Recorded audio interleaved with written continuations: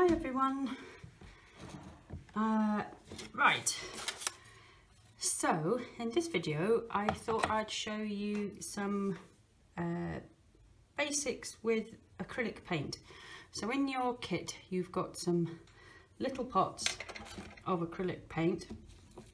I'm not sure exactly what colours you have, but I'm generally thinking you have the primary colours, blue, red and yellow, and a black and a white. Possibly some of you might have a green, but it doesn't really matter for this exercise at all. It's just about getting to know the paint and seeing what it can do, basically. Right, so first of all, one of the things with acrylic paint is that it's a really smashing medium for when you haven't got much time, because it dries quickly. But on the other hand, it's difficult to stop it from going off too quickly on the palette. So this is just something that I do because I paint quite a lot with acrylic. I don't have the time to paint in oils, unfortunately, with being a mum and whatnot and family responsibilities. I just don't have, hours and hours to do, lots of glazes and whatnot. So acrylic is good for that reason. So this is one of those little cheapo melamine tray things. They come in all different shapes and sizes. You'll find them in most sort of pound shops and bits and bobs. And then what you want to do is get some kitchen roll, kitchen towel. You can use J-cloths, kitchen cloths and things like that. You could use a tea towel perhaps, but the only problem with that is that they'll probably get a bit stinky, so you'd have to change them quite a bit. So I put a few layers of kitchen paper along the length of this. I quite like this size because I use quite a lot of paint. Obviously if you're painting small in your sketchbook, you're not going to really need something this big. You could perhaps use a kitchen plate or a tea tray or anything like that that's got perhaps a bit of a lip on it to stop the water sloshing about. So there's your kitchen paper, and then you wet it. So you can perhaps run it under a tap, but for these purposes I'm just going to slosh a bit of water on with a big brush. And then once it's saturated, so that acts like a reservoir, you need something to put on top of that.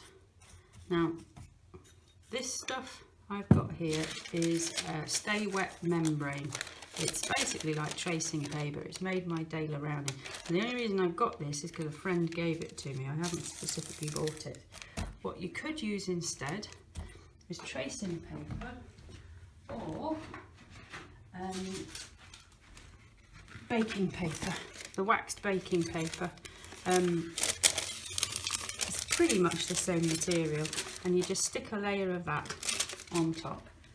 I expect you could perhaps try with other things, maybe some form of plastic or maybe foil. The only thing is with that is that it's difficult. If you're using different tools other than brushes, you could sort of tear the paper. This stuff is quite tough. Tracing paper and the baking paper is quite tough too. So what we're going to do is stick some blobs of paint directly on top of the membrane, or your tracing paper or your baking paper. Stick them on like this.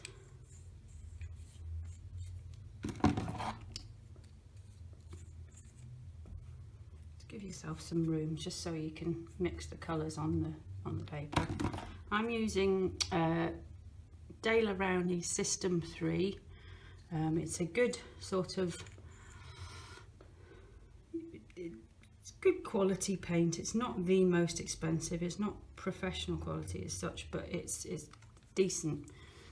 You get what you pay for with acrylic paint. If you go for really cheapo stuff, you'll find it's grainy, it's not very good quality pigment, and it sort of slides. This stuff is nice and saturated, and it has a nice finish as well, whereas the others go a bit dull and a bit strange. So you need to sort of, you get what you pay for basically.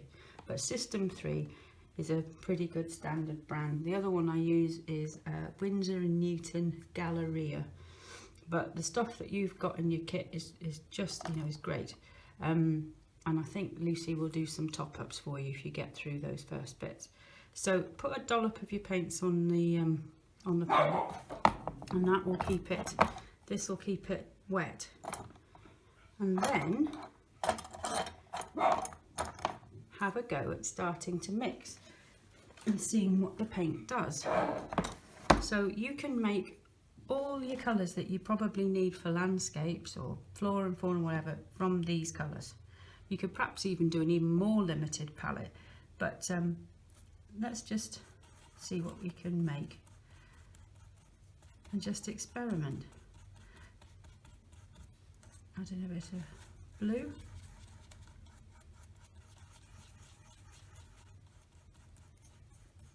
So you've got a dark purple there, adding a bit more purple there, a bit more red to that. It's turning into a brown. So what you can do is make a note of each of the colours that you make in your sketchbook. So I'm just using it as it is, out of the tube. If you want to loosen it a little bit, you only need water, just a dab of water just to loosen it, but you don't need a lot. So we'll leave that on there, give that a wash, and then so just keep mixing. See what happens when you add black.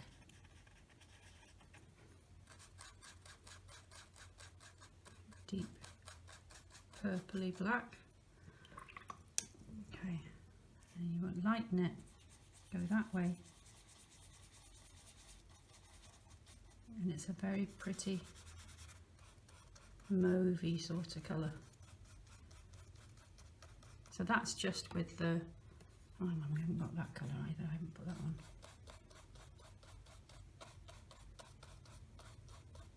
So that's a nice bright purple.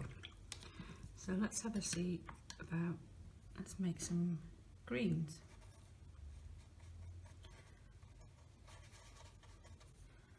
Let's put that there.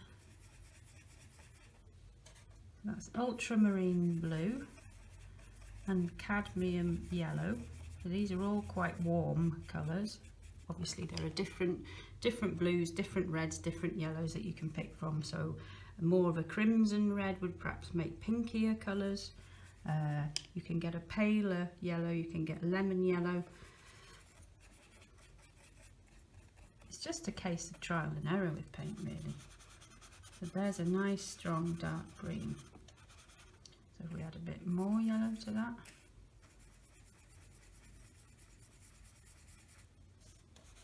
So like thinking about your landscape. There are so many greens at this time of year. And you're moving into more olivey colours, the more yellow you add. Like I said, just a little dash of. Right, so what happens if you add a bit of white to that?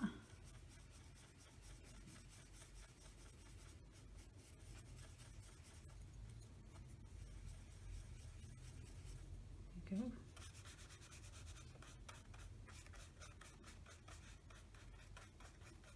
And then if you added a bit of black to that, what we get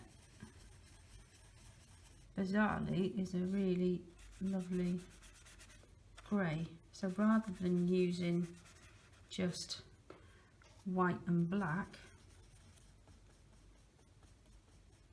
these yellowy greens, bit of black, bit of white, you get a lovely selection of greys that are perhaps more natural. Can go even lighter, so I'm just squeezing on the end there.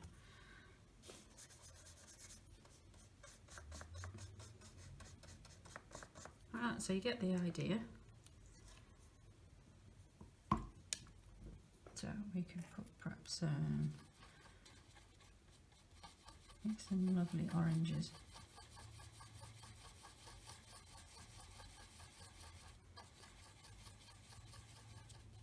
Okay.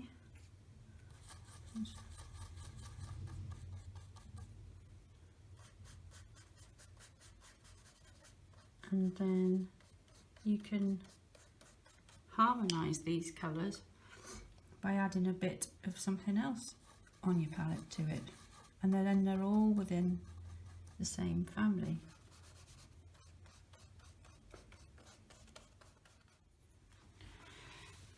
So carry on experimenting with your mixes, and you'll make a nice range of greens, oranges, pinks, all sorts of yellows, purples, into browns, blues, and just have a play around. And like I said, if you keep a note of what the names of the paints are, if you do get more acrylic paint in the future, and then you can plan your palette, and then it tends to help that when you've got the paint already mixed up on your palette before you start painting, and you can just go straight ahead and not have to worry about mixing. So so just keep filling up your pages. I mean, I think it looks quite nice visually, that anyway. I had a little try at painting the view from the other day. I mean, it's not terrifically successful, but you get the idea. So I used all of those greens that I'd mixed there, a bit of the purple, and with acrylic, I finished this off with a palette knife because that's what I'm most comfortable with. You use quite a lot of paint and you don't use much water, so it's quite thick, and you just move it around like this. But I started with a brush underneath and used quite a lot of mid-tones, and then I'm building up the colours on top. Acrylic's really versatile because you don't need to, you can scrape things off, you can put light on top of dark. If you can see here, there's an underpainting there that's quite dark, and I've laid over with this more zesty sort of colour, and similarly with the sky I've whacked a load of white over the top. So there's no, like, just have a play, see what it does. And like I said, you can always scrape it off and start again. So just fill up your pages with experiments. And any questions or any issues, just give me a shout in the Facebook group and I'll try and help you there.